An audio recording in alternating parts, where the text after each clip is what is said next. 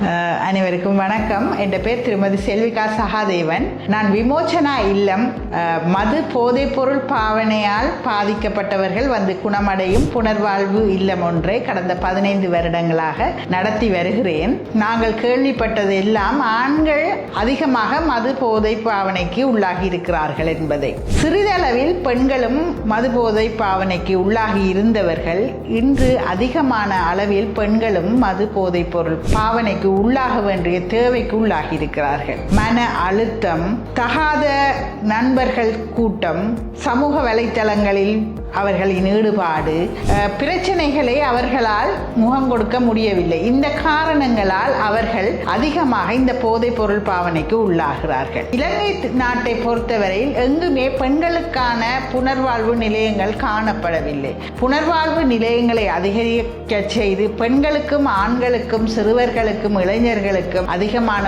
புனர்வாழ்வுகளை ஏற்படுத்த வேண்டும். பெண்கள் எவ்வாறு இந்த மது போதை பாவனைக்கு உள்ளாகிறார்கள்? அநேகமாக ஆண்கள் மது போதையை பாவிக்கிறார்கள், அவர்கள் வியாபாரம் வேற செய்கிறார்கள். பெண்களை மது போதை பாவனைக்கு உள்ளாக்கினால் தங்களுடைய வியாபாரம், தங்களுடைய பாவனைகள், தங்களுடைய பாலியல் தேவைகள் எல்லாமே இலகுவாக பூர்த்தியாகும் என்ற வகையில் பெண்களுக்காக இந்த போதைப் பொருள் பாவனையை பழக்குவதற்காக குழுவாக வலையமைப்பாக செயல்படுகிறார்கள்.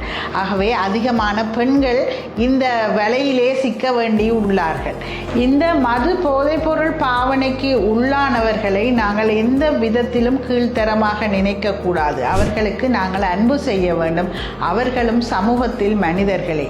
இவர்கள் புனர்வாழ்வு இல்லத்தில் சேர்க்கப்படும் போது புனர்வாழ்வு நிலையம் தனியே சிகிச்சை நடத்தும் ஒரு நிலையமாக மட்டுமல்ல, அங்கு ஆலோசனைகள், விழிப்புணர்வுகள், மருத்துவ சிகிச்சைகள், குடும்பத்தில் தாங்கள் எவ்வாறு நடக்க வேண்டும் என்ற பயிற்சிகள் எல்லாம் வழங்கப்படுகின்றன.